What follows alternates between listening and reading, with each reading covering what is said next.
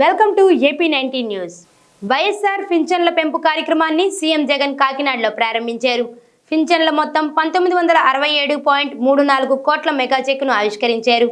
66,34,000 మందికి లబ్ధి చేకూరనుంది. కొత్తగా మరో 1,17,161 మందికి ఈ పథకం వర్తింపజేస్తున్నారు.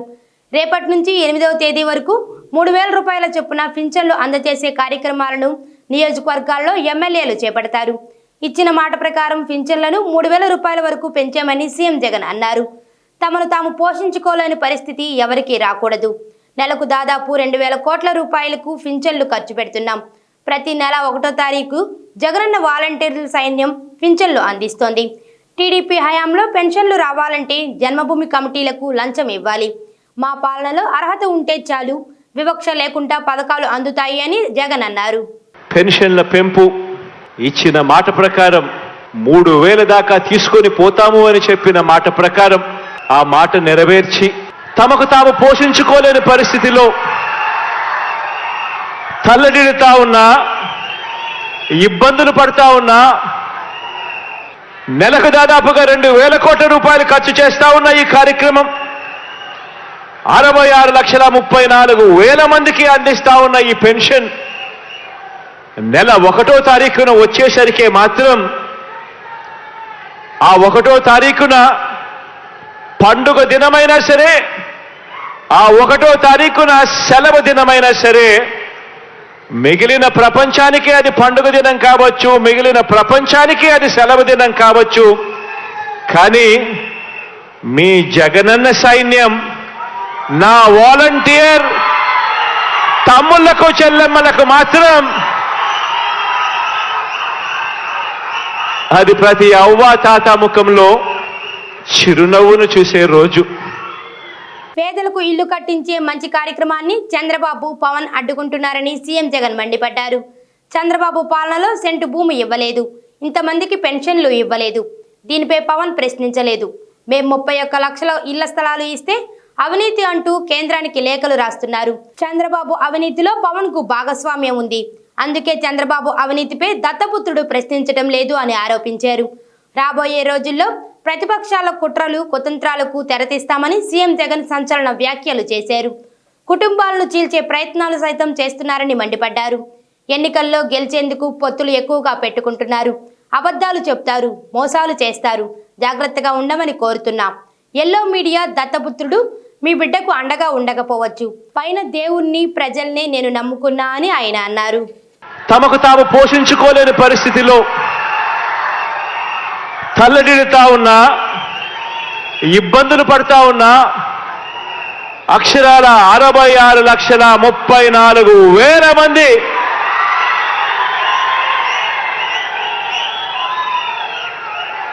ఈరోజు ఆ అభాగ్యులకు, ఆ అవ్వా తాతలకు,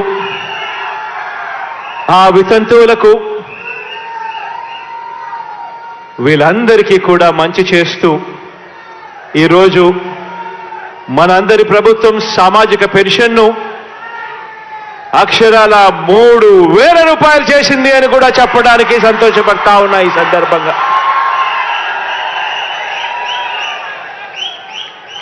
నిజంగా ఈరోజు మనం చేస్తా ఉన్న ఈ 66,34,000 మందికి సంబంధించి కేవలం ఈ పెన్షన్లపై చేస్తా ఉన్న ఖర్చు నెల నెల అక్షరాల దాదాపుగా 2,000 కోట్ల రూపాయలని కూడా చెప్పడానికి కూడా సంతోషపడతా ఉన్నా.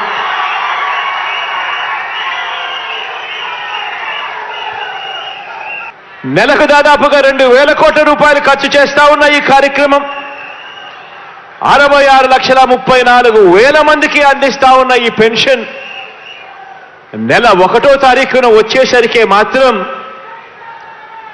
ఆ 1వ తారీఖున పండుగ దినమైనా సరే, ఆ 1వ తారీఖున సెలవు దినమైనా సరే, మిగిలిన ప్రపంచానికి అది పండుగ దినం కావచ్చు, మిగిలిన ప్రపంచానికి అది సెలవు దినం కావచ్చు.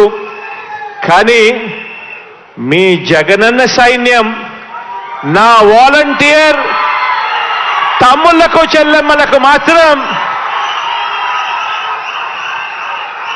అది ప్రతి అవ్వ తాత ముఖంలో చిరునవ్వును చూసే రోజు. పొద్దున్నే సూర్యోదయానికన్నా ముందే చిక్కటి చిరునవ్వుతో గుడ్ మార్నింగ్ చెబుతూ మరి ప్రతి అవ్వకు ప్రతి తాతకు ఒక మంచి మనవడిగా, ఒక మంచి మనవరాలిగా తోడుగా చేయూతనిస్తా ఉన్న నా వాలంటీర్లకు మాత్రం అదే సెలవు దినం కాదు. ఆంధ్రప్రదేశ్ ఎలక్షన్ కోసం కేంద్ర ఎన్నికల సంఘం ఏర్పాట్లు పూర్తి చేసినట్టు తెలిసింది. 2024 ఫిబ్రవరి 2న ఎన్నికల కోడ్ ప్రకటించే అవకాశం ఉంది. మార్చి 6న ఎన్నికలు జరగనున్నాయి. ఈ నేపథ్యంలో రాజకీయ పార్టీలు ఎన్నికల ప్రచార వేగాన్ని పెంచారు. ఏపీలో విమర్శలు ప్రతి విమర్శల మధ్య ఎన్నికల సంఘం నూతన ఓటర్ల లిస్టు తయారు చేసింది. తన కార్యక్రమాలు ముమ్మరం చేసింది.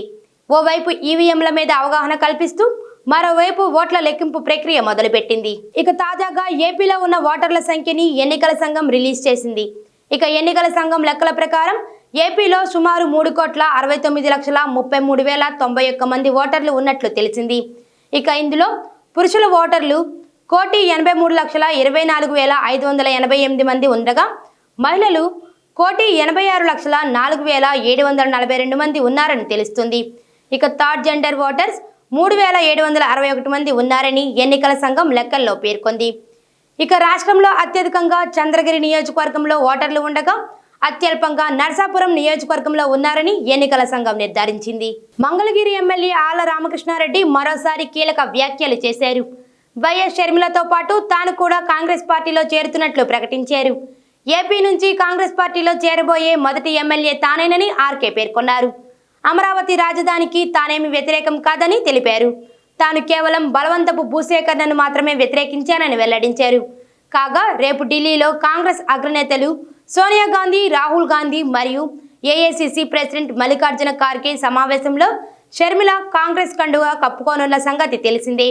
మరోవైపు ఇటీవల వైసీపీ సభ్యత్వానికి రాజీనామా చేసిన ఆర్కే వైఎస్ షర్మిల వెంటే తాను రాజకీయ ప్రస్థానం అని ప్రకటించారు. నిన్ననే షర్మిలమ్మ గారు కూడా దాని మీద చాలా క్లారిటీగా చెప్పడం జరిగింది. అది నేను కూడా చూశాను ప్రెస్ లోనే.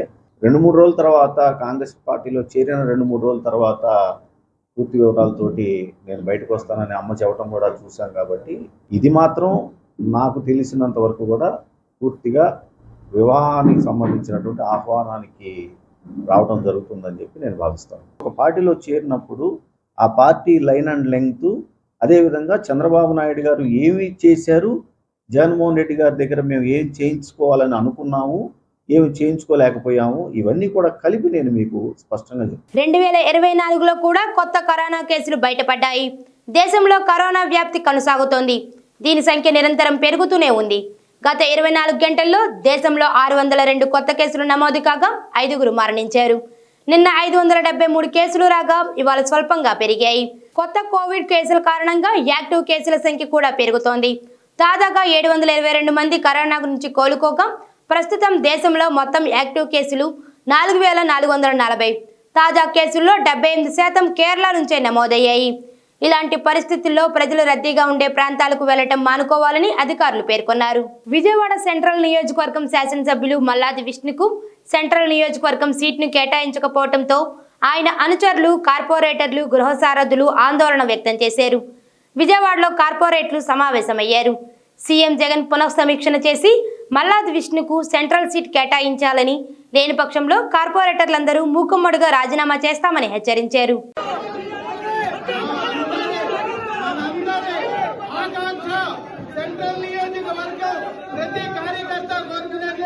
సెంట్రల్ నియోజకవర్గ శాసనసభ్యుడిగా మల్లాది విష్ణు గారిని మళ్ళీ అధిష్టానం పునఃసమీక్షించుకునే టికెట్ ఇవ్వాల్సిందిగా కోరుతున్నాం. మేమందరం కూడా శక్తిగా పనిచేసి జగన్మోహన్ రెడ్డి గారికి ఆయన గెలుపుని కానుక ఇస్తామని తెలియజేస్తాం.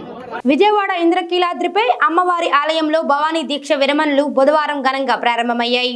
5 రోజుల పాటు భవానీ దీక్ష విరమణ కార్యక్రమం కొనసాగనుంది. ఈ నేపథ్యంలో పెద్ద ఎత్తున భవానీలు కనకదుర్గమ్మ సన్నిధికి తరలి వస్తుండగా ఆలయ పరిసరాల్లో రద్దీ నెలకొంది. కాగా జనవరి 7వ తేదీ వరకు దీక్షల విరమణ కార్యక్రమం నిర్వహించనున్నారు. ఈ కార్యక్రమానికి సుమారు 5 లక్షల మంది దీక్షాదారులు తరలి వస్తారని అధికారులు అంచనా వేస్తున్నారు. దుర్గగుడి అధికారులు అర్చక స్వాములు 4 హోమగుండాలను వెలిగించి అగ్ని ప్రతిష్టాపన చేసి దీక్ష విరమణలు ప్రారంభించారు. నేతి టెంకాయలను సమర్పించి భవానీ దీక్షలను విరమణ చేస్తున్నారు. 7వ తేదీ మహాపూర్ణాహుతితో భవానీ దీక్షలు పరిసమాప్తం అవుతాయని, భవానీ దీక్షలు విరమణ సందర్భంగా అన్ని అర్జిత సేవలు పరోక్షంగా ప్రత్యక్షంగా నిలిపివేసినట్లు ఆలయ అధికారులు వెల్లడించారు. ఈ సందర్భంగా జై దుర్గా జై జై దుర్గా నామస్మరణతో మారుమ్రోగింది.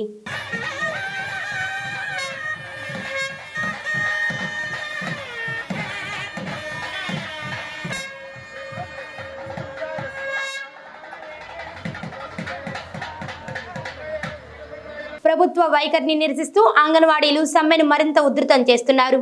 ఇందులో భాగంగా ఇవాళ కలెక్టరేట్ల వద్ద బైఠాయించాలని పిలుపునిచ్చారు. ఎన్టీఆర్ జిల్లా నందిగామ పట్టణంలో బుధవారం బస్సులను ఆపి పోలీసులు తనిఖీలు నిర్వహించారు. అంగన్వాడీ కార్యకర్తలు కలెక్టరేట్ ముట్టడికి పిలుపునిచ్చిన నేపథ్యంలో అప్రమత్తమైన పోలీసులు Nandigama bypass Ambarupeta ring centre వద్ద పోలీసులు విస్తృతంగా బస్సులు ఇతర వాహనాలు తనిఖీలు చేశారు.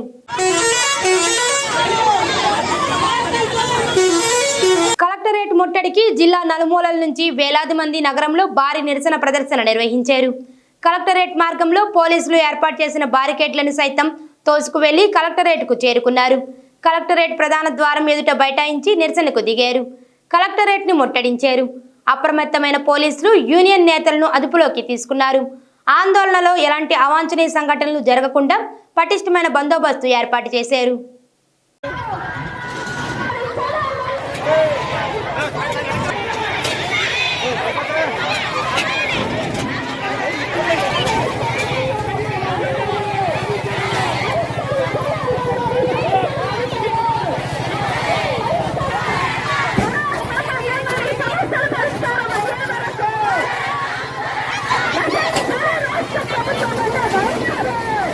ఇదిలా ఉండగా ఈ నెల 5వ తేదీలోగా విధుల్లో చేరకపోతే శాఖాపరమైన చర్యలు తీసుకుంటామని కలెక్టర్లు ఉత్తర్వులు ఇవ్వటం దుర్మార్గమని అంగన్వాడీలు ఆగ్రహం వ్యక్తం చేశారు.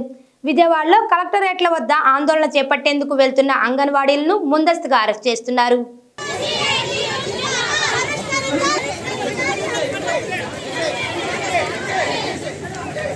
విశాఖ ద్వారకానగర్లో ఉద్రిక్తత నెలకొంది. బైజూస్ ట్యూషన్ సెంటర్పై ఏఐఎస్ఎఫ్ విద్యార్థి సంఘం నేతలు కర్రలతో దాడికి పాల్పడ్డారు. ఈ దాడిలో ఆఫీస్ అద్దాలు, ఫర్నిచర్, కంప్యూటర్లు ధ్వంసం కాగా ప్రభుత్వం బైజూస్తో చేసుకున్న ఒప్పందం రద్దు చేయాలని ఆందోళనకారులు డిమాండ్ చేశారు. రంగంలోకి దిగిన పోలీసులు వారిని అదుపులోకి తీసుకున్నారు.